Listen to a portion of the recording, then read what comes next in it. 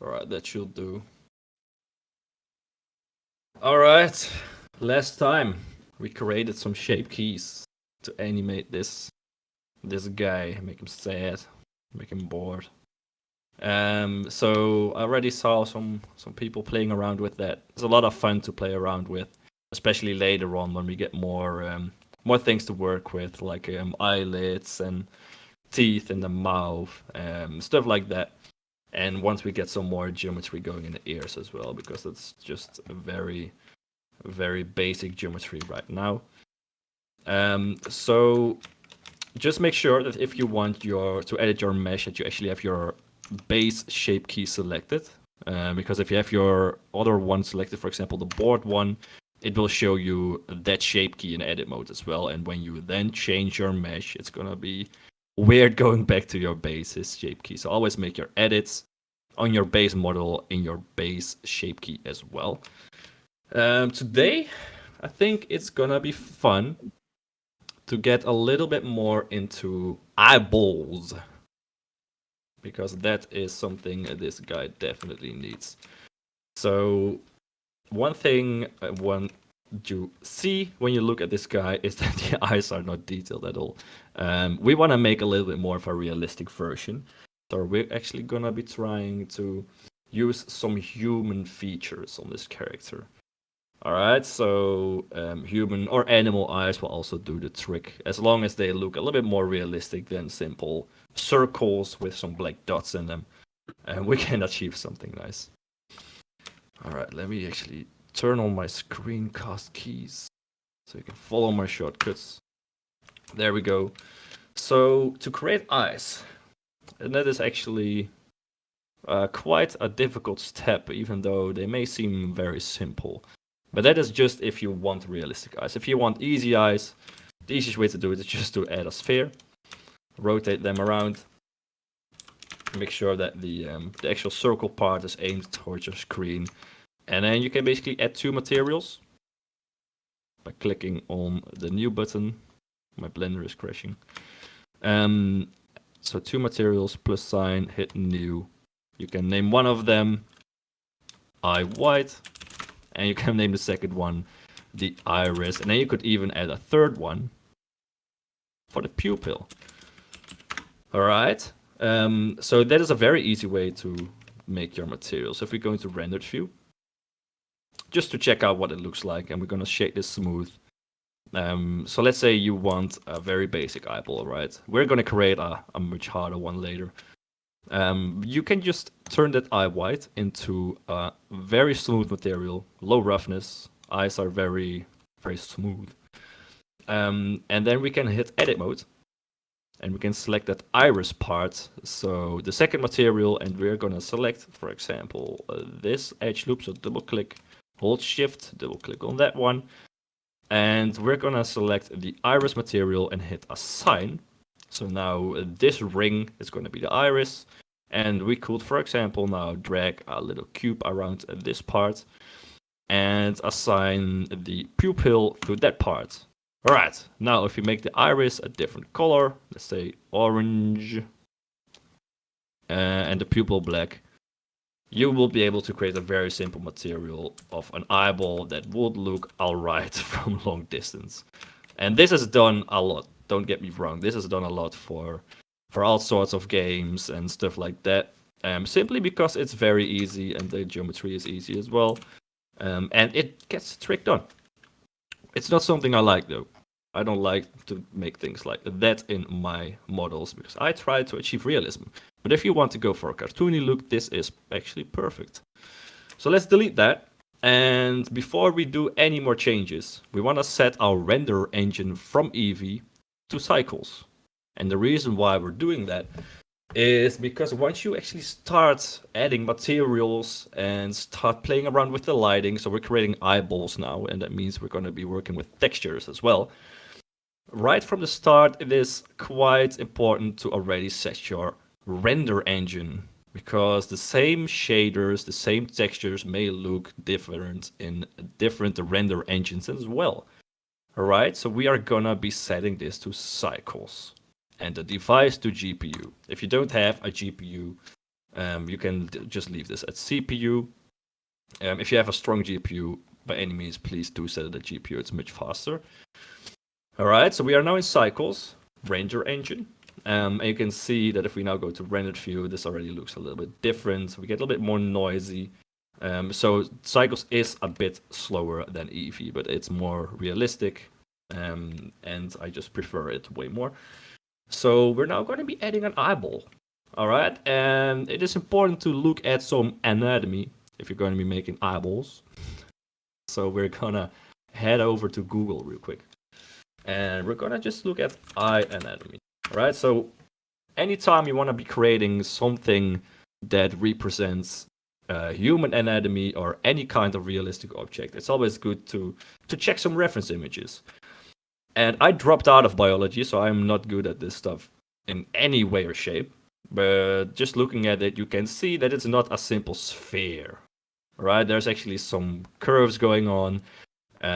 We got different parts that have different materials that actually make it look like an eye, right? So it's not just simply one material with different colors. Not at all. All right. So how would we approach this? We're not gonna be making every single part of this eye. That's gonna be way too difficult, and we're not gonna see this back part and stuff. So we're not gonna be creating that, of course. So we're gonna try to make a simplified version of this. And any person who makes eyes will do it in a slightly different way, right? So I've tried multiple ways, and I'm just gonna free roll this time and see what we end up with. That's always fun to do. So I'm gonna add a new UV sphere. So Shift A, Mesh, UV sphere. And this is the basic shape of an eye. Of course, we're gonna start with a sphere. All right, so we can now unfold this little option on the bottom left. And I know my mouse cursor is now over it. Doesn't matter. First one is segments, and the second one is the rings. That's all we need. So that's going to be pretty much defining the detail of your eyeball right away. All right, so we want this part with the circles to be the front of the eye, like we did last time as well. So we don't really need a lot of detail in that direction yet, because if you look at the reference images, where did I leave that? There, I closed that window. Well, in reference images, you will see that there is not really that much displacement going on from the front view, but much more rather from the side view, right? So we saw that little bump on the front of the pupil, in the iris. So that is where we need some more geometry, right? So we need some more rings, so in order to just be able to make that little bump there. All right, so I'm just going to increase that rings to... I always keep this at an even amount, I'm not sure why. Just feels safer for some reason. So even it is, we're going to leave that like 26. I think that will do. And in the other direction, so the segments, we can keep that at 18. Perfect. Right, press R, Y, 90. Just rotate that a little bit. So we've got the eye actually in the same direction as we wanted for the Totoro as well. Right away, I'm just going to shade this smooth. And I'm also just going to add a subdivision surface modifier right away, just to make it seem a little smoother. Alright, so up that viewport level by 1 as well. And now we've got a very smooth sphere with quite some easy geometry. Right, so let's go and create that little bump on the front of the eye. And this is just going to be freehanding. And it doesn't really matter, eyes are also organic stuff. And it will very much differ per animal, especially the iris and the pupil as well. And you will see that depending on whether an animal is a predator or is being hunted most of his life, the actual iris and the pupil will very much differ. And I've been told by Google, very trustworthy source, that it is because the herbivores need to scout the horizon, so they have pretty much stretched horizontal pupils. Predators have much more vertically stretched pupils. So that's just a quick fact there. Let's now go into edit mode by pressing tab and select this little first vertex right there. And we want to move more than just that vertex out. So I'm going to go and enable proportional editing tool at the top there. Left click, and then hit this little button and set this to sphere. Right there. So that defines the proportional edit fall off. So press G, X, and we can now move this to the left a little bit. Right? So scroll your mouse up and down, and that will pretty much just define how far your proportional editing tool will go. So how far your fall off will go as well. So we can just move this to the left a little bit to create that nice bump. Maybe one more. Something like that. So that's also going to be approximately the size of your iris. All right, so where this curve happens, side view, where you have this little switch from round to that little bump there. So this line, that's pretty much going to be the size of your iris as well. All right, so what I want to do next is, and I'm just going to open up real quick my anatomy again to show you guys what I mean. Eye anatomy. There we go. So we've got that little bump there. This. And we've got the iris that's pretty much inside of that little dent. You can see it in other images as well. So the iris is pretty much lying inside of that bump with some distance in between. All right, like you see here as well. There's a little distance, a little gap in between the iris right there. And then we have got the cornea, which is that little bump. All right, so that's what we're going to be recreating. And I'm just going to minimize this now. So we've got pretty much the outer layer of the eye. So what I'm going to do now is go to face select. So press 3. And then double click this few faces. So ditch S loop and this by holding shift. Double click that one, this one. And then just select the front part as well. So we're going to turn this into our actual iris. So press Shift D. And then hit Escape to cancel that movement. Hit P. And separate the selection right there. Beautiful. Now hit Tab. And we now have two parts that are pretty much overlaying each other. All right, so we're going to select that iris. So remember not to select the entire eyeball, but the iris this time. We can actually name them for comfort. To name an object real quick in the viewport, you can press F2, and then we can call this, there's a scientific name, what was it? Sclera or some stuff. So that's the eyeball. And we got this part, the inner part is going to be the iris. There we go. So now we have it nice and structurized here as well. And maybe we should name Totoro. What will that is? F2, enter the name. There we go. All right, so hit your iris, press tab, and let's go into side view. And then pet 1. That's the left side view. It doesn't really matter. Totoro is in my way, so I'm gonna hold Alt, and then with my little mouse button press, I'm just gonna swipe my mouse to the left. Just to rotate this quickly in like the axis angles, right? So you can use that for any axis. Holding Alt and middle mouse button with movements will rotate you around your object nicely. All right, so side view on the right. Select that front part there, the front vertex, and set your proportional editing tool fall off to smooth. All right, now enable your X-ray because we're going to be moving this part inside of our eyeball. So enable your X-ray right there, and press G and X. And we're going to move this all the way to the right with some nice fall off as well. So you can just scroll up and down and see how it looks. And I'm going to move that vertex right about where the first ring, the first edge loop starts. So these pretty much match now. And the last step we have to do is make a little indent for the pupil as well. All right, so we're going to select 3 on our keyboard to go into face select. And I want to select the inner part right there. And I'm going to press E to extrude that a little bit, like so. Left click to apply. And we're going to extrude this one more time, like that. And the reason why I'm doing a first extrusion there is because we've got a subdivision modifier going on. And remember that sometimes we just need some extra edge loops to prevent things from being too curved, right? So I want this rounding between the pupil and the iris to be quite strong. So that's why I already add an edge loop there before the extrusion. Right, and I'm going to press Ctrl R, left click, and swipe that to the right as well. So now you can see in the side view, we've got our main eyeball, and we've got an object that can represent the iris, and then we've got a pupil in the middle. And the reason why we're just extruding that is because now we've got pretty much an absence of light there as well. So I'm gonna go hit tab, go back to solid view, disable my X-ray, and let's just look how this looks. Alright, so this is pretty much the shape of our eyeball. So the rest of the stuff that we're gonna be doing is all going to be in texturing. That's right.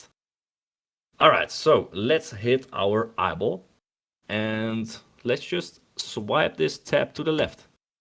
Like that. Let's change this window to the shader editor. Because we're going to be working with textures, we first need a material as well. Alright, so I'm going to hit the new button on the top right. It's a little bit hidden there, but it says new. Left click that to create a new material. And you will have it in your materials tab on the bottom right as well. Material 01. I'm going to call this Sclera. I hope I've got this name this name spot on. Otherwise we can change it later, no worries. So this is going to be the eye white, and we need some veins on there as well. Alright, so we're going to be making those veins ourselves.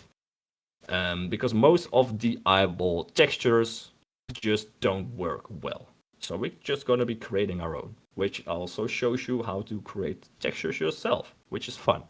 Alright, so to create a texture and to actually edit a texture, you will always need to create and save the texture first.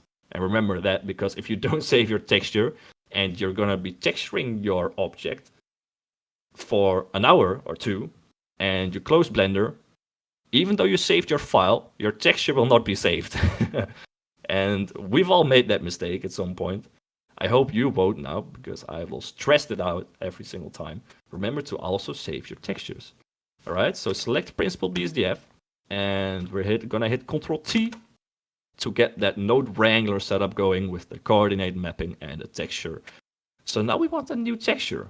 So we're just gonna hit new, and we're gonna name this the let's just keep that Sclera. And now we can set the resolution.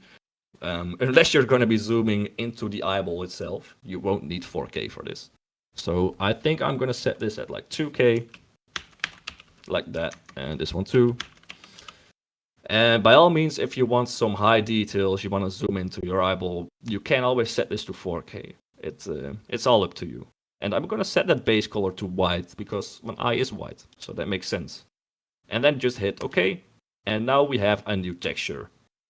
Alright, so I'm gonna select this node. And Blender will texture. If you're going to texture, it will make sure that it textures the one that you have selected in your shaders. Alright, so if you have two textures, so let's say we have a second Sclera, and this is a different texture, for example, our Totoro reference, then if we have this one selected and we're gonna go into texturing, it will try to change this texture. Alright, so we always have to make sure that the node is selected that we're gonna texture as well. Right, so we can now actually change this panel from shader to image editor.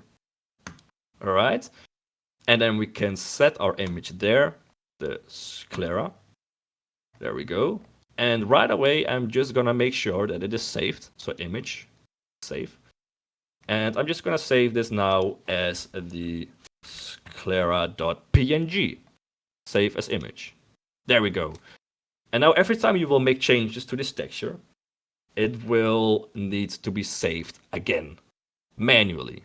Okay, so remember that every time you quit Blender, every time you take a little break, or every time you're going to render something, remember to just save your textures, because I've lost too much time by forgetting it. So we're gonna go into texture mode, texture paint on the left panel. And you can see that we've got a white eyeball, right? And we've set this texture to white as well. And we can now basically start drawing stuff on our eyeball. Very beautiful. Now, it is laggy. The reason for that is because we've got our subdivision modifier enabled. Alright, so we're gonna go to the modifier properties. And I'm just gonna hide this for a little second. Just to make sure that we don't have too much geometry going on during this texture painting, because it's gonna make it way too slow. Alright, so just disable that for a second. Right, so how do we now turn this into an eyeball with textures? Well, we need to do some custom painting. And there are two things going on in an eyeball. And I'm going to go back to that reference. So you can see that if we go to an actual eye, there is, next to the iris and the pupil, there's going to be some veins. And there's going to be some redness as well. So that is what we're going to be representing in our render. Of course, this is quite red. I'm not sure what's wrong with this person. So we're going to make it a little bit less red. We're going to make it a little bit more white. But we're actually going to be making it a little bit adjustable, right? I did that for the baked potatoes as well, where I could pretty much set the baked status, how high the potato is. I could pretty much set that in my shaders. So I think that is something fun we could do here as well. All right, so this takes us 2 steps. And for today, I'm going to show you how to texture paint, and I'm also going to show you how to mix your texture with a different texture, so we can get a gradient of red and some veins going as well. All right, so right now we are texturing with a plain brush, a very smooth brush. All right. So before I'm gonna do any more texturing, I'm gonna unwrap my eyeball. And unwrapping is something we've talked about before. If you go to object mode and then edit mode, and change this right window to the UV editor, and now select everything in the left window, you can see that our eye is unwrapped. But it's not really in the way I want my eye to be unwrapped. And the easiest way to do is press 2, edge select mode, and just select that middle edge of your eye right there. And then right mouse, we're gonna mark this seam, and I'm gonna press, and mark seam basically means that we're marking an edge loop that is going to be where the UVs can pretty much get split up. All right, so imagine the seam of like your sweatshirt where it is sewn together. Same kind of meaning. So we're gonna press A, U, unwrap. So now we have 2 circles going on, and that is much better, much nicer for us to work with later on as well. Another reason we're using this is because the iris texture that we're gonna be using later on is gonna be round as well. So it's all gonna be working from round stuff. Right? So this is just an easy texture. So right away, we didn't change anything. But if you ever see this little star icon appear at the image part, all right, so there is a little star, it means that you have changes that are not saved. All right, so whenever you see that, you can just save your file if you want. Right now, I know that it isn't different from the previous time that I saved. But if you're ever wondering whether or not you saved it, and you see that little star icon at the image button, just save it again. All right, so let's go to texture paint. We're going to be working with some stencils.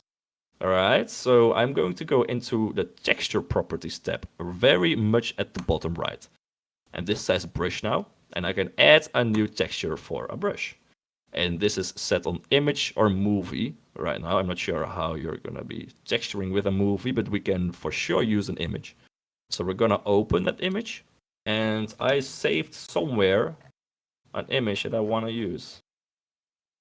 I should have remembered that where that was. Give me 1 second, please. These 2, right? So we have a vein and a vein 2.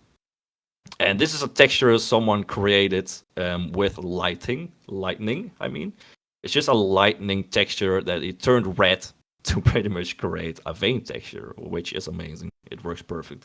So we're going to select vein.png. I will upload these 2 files right after we're done. So we're going to open the first one. And right away you can see in the preview that we've got pretty much a vein going. Right? And we can use that to draw on our eye. So right away you can see that if I now draw on my eye, we're going to be drawing lightning, blood vessel strikes, veins. All right, but we can't really control the direction or the placement that well. So that's something we're going to be changing. If you go into the texture paint panel, so the 3D viewport that we're working, and go to the second tab on the top, it's going to be your tool tab, and you will be able to see tool there. It will be showing you the active tool that you have. All right, so we've got a brush enabled, and we've got a texture enabled now as well. So if you scroll down a little bit, there's a section called texture, and you'll be able to see your texture now, right? So we've got this vein because we opened that in the texture tab there. And now we can set this from tiled to stencil. And what that means is that we now have a stencil. So right away you can see like this little overlay on the bottom left that appears with the shape of your texture. And you can now hold a right mouse and move this stencil over to your mesh, for example. If you let it go, right mouse, it will stay in that spot. All right, hold right mouse, you can relocate it. Hold Control and right mouse, and you can rotate your stencil. So you can place it however you see fit. Holding Shift and right mouse will scale your stencil up and down. So you have a lot of options to customize it. You can rotate around your mesh, and then your stencil will pretty much move with your camera angle as well with your view. So for example, let's say you wanted to place it right there. If I now just left mouse this, it will instantly just create a part of that stencil as well. All right, and you can pretty much draw in parts of that stencil however you feel fits. All right, so I'm going to press Ctrl Z a few times because I want this to be red, not black. So select your color picker there and make it a little bit lighter so you can see colors, and then just make it dark red, as you would make, or as real blood vessels are as well, right? So we can just draw this in once again, start from the bottom, go to the top. There we go. Nice looking blood vessel. It's still quite dark, but we can change that later on as well. So I'm just gonna leave it like this. And now we can just try and rotate around our eye a little bit, move our stencil around, scale it down with Shift and right mouse, and just draw that in again. And this one is red for some reason. Of course it is. Just change that. It doesn't really matter. I will just change that later. All right, so draw it in, move around your camera view, hold right mouse to relocate, hold Shift right mouse to scale, and Control right mouse to rotate. All right, so you can pretty much draw this in however you like, rotate it around, and I'm not gonna worry about this back end at all. It's gonna be inside of our Totoro at any time.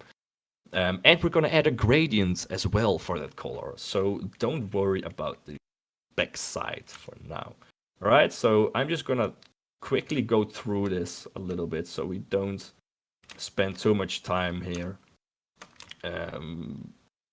Like that. Real quick.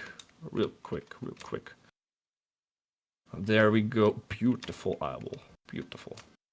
All right, so let's just draw a few more in. I think something like this will be fine. And then there was another stencil as well. So you can work with multiple ones. You can switch between two. So if I now open the second one, you can see that it instantly changes to that second texture. And I can just use this now as well. Draw that in again. Just to create add some thinner veins and stuff like that, for example. All right, so just draw some of that in. I'm gonna make this quick now. So this is where you have your freedom to spend as much time as you want in the panel, draw as much things as you want, and create your own signature eyeball. So let's just stick with something like that. It's looking quite alright. So let's go to object mode and let's see how this looks rendered now. There is nothing appearing, alright? And remember that we have a little star icon there as well. So we haven't saved this image. So save this image at any time. I hate losing textures, it's horrible. So we're gonna go into our shader editor, and even though our object or our texture is selected, it doesn't show, right? So it should already show those veins. And you can try to just reset that real quick by re-adding this little line between the colors, right? That's just resetting the viewport real quick. So now we've got some actual veins going on. Beautiful. So I'm just gonna do one more step and then I will call this a day for now. So we're gonna hit Shift A, search for a gradient texture. And the reason why is because if you look at that little eyeball that we have, let's do eye. Oh, I don't even want to Google this. How can I Google this without getting gory images?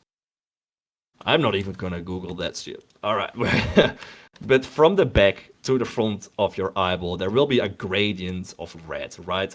So the farther back you go on your eyeball, the redder it will be, pretty much. All right, so the back part of this eyeball, we want it to be very red, and then it goes gradient, gradient into white. All right, so that's why we're adding a gradient texture. And I'm gonna Control Shift click that gradient texture to see how this looks in the viewport. And let's just hit Control T with that node selected right away to add our mapping nodes. Because we need some rotation. We want the back part to be red, the front white. So we need a gradient from back to front. So we need to rotate this. And I'm gonna rotate this 90 degrees around the y-axis. There we go. And now you can also define the location in the x direction, for example, by just holding Shift and swiping that value to the left. All right, so we're going to be creating a gradient right there. Right, it is quite harsh though. All right, we've got a very harsh split between black and white. So I'm going to hit Shift A and search for a color ramp and just swap that, add that in between. There we go. Now we're going to switch this from linear to ease, and you will right away see that it's going to be nice and smooth in the transition. All right. So let's swipe all of these nodes a little bit more to the left. And let's just hit Control Shift left click on the principal BSDF so we see our material. All right. Now we want to mix the bloody veins with the gradients of red. All right. So how do we do that? Well, we're going to swipe the top part. So this is actually our veins. And this is our gradient, right? And we want to mix the two of those in the color. So very naturally, we're going to hit Shift A and search for a mix RGB, which is basically a mix color node. And just hit that in between. And we're not going to use this color ramp as a color. All right, so we're not going to swipe it into the second color, but we're going to be using it as the factor. So the pretty much the thing that will define where each texture is going to be located. And if we swipe that into the factor, you can now see nothing really happens until we actually change some colors. So if I set this to red, you can see that it does not really do what we want it to do. Right? So it makes this part red and not the back part. So we can either try to switch this around, or we can try to switch something here around. Will also work. Actually, it doesn't. We're going to be switching the color ramp around. So we need to change the white and the black. That makes sense. So we're going to swipe this black to the right and this white to the left. All right, because the white and black values will define where those textures are going to be. Now, you may still want to make some changes. This red is too far in the front. We are losing the veins. So I'm going to just swipe this a little bit to the right, just to make sure that the gradient starts a bit more to the back. Like that. So now we actually have a nice transition from red with some veins to white. Beautiful. So I'm going to re-enable my my subdivision real quick. And I'm also going to set my roughness all the way down to 0. There we go. So it's now a very smooth, non-rough surface. And if we want some realistic reflections and stuff, the best thing to do is add an HDRI, and that will really be the last thing I do. So we're going to go to the world properties. And we're going to change this color. The color is basically what you see around the scene. It is gray, which means that your object will only reflect gray. So we change this from the little button there to an environment texture. And we're going to be Adding a new texture, go to downloads and locate your HDRI. So an HDRI is something you download for free from Polyhaven. And that basically means that we have a ton of HDRIs to choose from. I have a lot downloaded already. Polyhaven.com, you can download any you want. So let's just select one. All right, so let's just try and locate a fun one. For example, this one. And you can see that it already makes everything look a little bit better, right? So we actually get some reflections in the eyeball and stuff like that. So that's beautiful. Maybe this is not the best one. So I'm just gonna set something that has a bit more to reflect. For example, the Whipple Creek Gazebo has some more trees and stuff, so it adds some more reflections there as well. All right, so you can see some nice reflections. May not really make sense to reflect a forest in an eyeball just like that, but it does the trick. So we're just gonna be going to that render properties, to the film tab, and select transparent. Right, that's just gonna hide that environment for us for now. So that's just something we do to see our texture better, to see the material better. So now you can actually see the roughness of the eyeball. And later on, when we're going to be adding that iris, it's going to be looking crisp as hell as well. All right, so that's just a simple setup of the eyeball. We're going to be adding a lot more fun in the next tutorial to make it look even more realistic. And you may not even want an eyeball this realistic for your character, but it's good to know how to make one, because at some point you will need it for sure. All right, but for now I will leave it at that because we are past that half-hour mark, I think, as well. So I hope you now know at least how to make the eye white part of the eye. So the next tutorial we will for sure finish this eyeball up and match it with the Totoro to add a nice realistic eyeball. So are there any questions?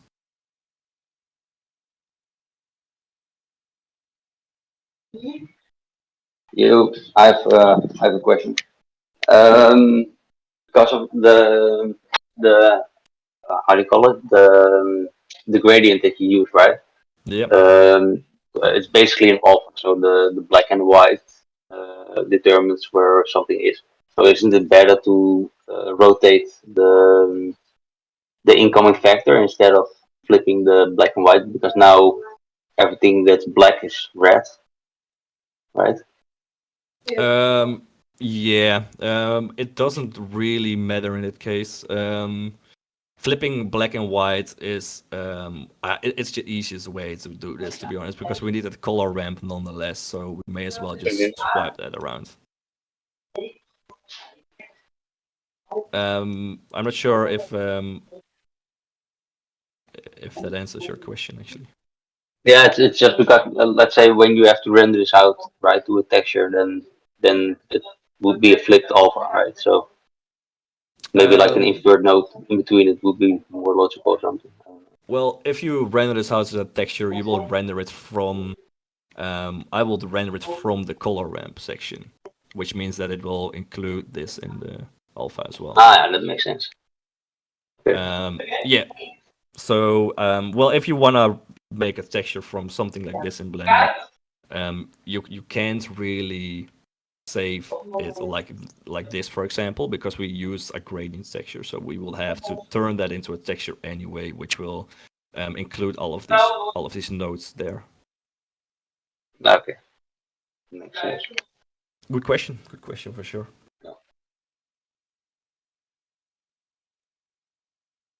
Any other questions?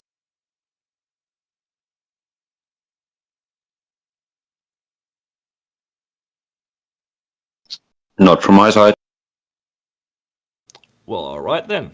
Um, then I think we're gonna be ending this tutorial now.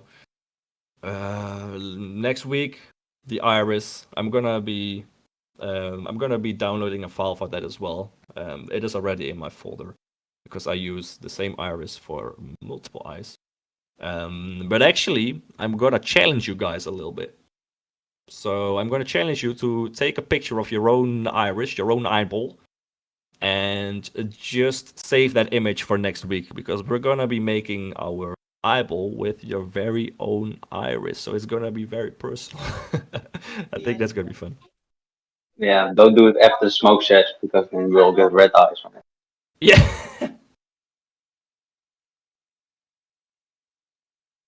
No, you only need your. I mean, the rest of your eye is gonna be pretty much the same, but your iris, so the actual color bit of your eye, is very unique to yourself. So just make sure that that is in your picture. So open your eyes wide, and then just take the picture, and we're gonna be using that.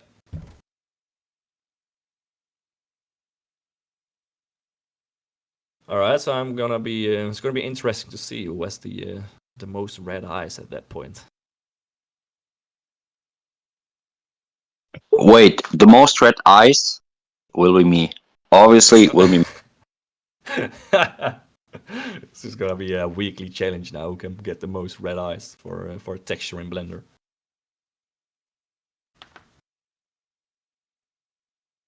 All right. If that is all, it was a very nice attendance. There's a lot of people watching. I really appreciate that. So thank you all for joining in. I'll make sure to add those lightning blood vessel textures in the chat as well. I'm gonna set it in the Blender tips help section, I think, so you can all work with that as well. And feel free to add your own textures as well, your own stencils for drawing on the eyeball. You can even add a little eyeball tattoo if you want on the eye. I know you're gonna be doing that, Maple.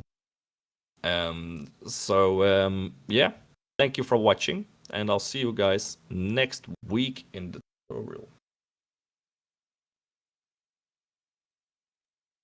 Thank you and have a blessed day.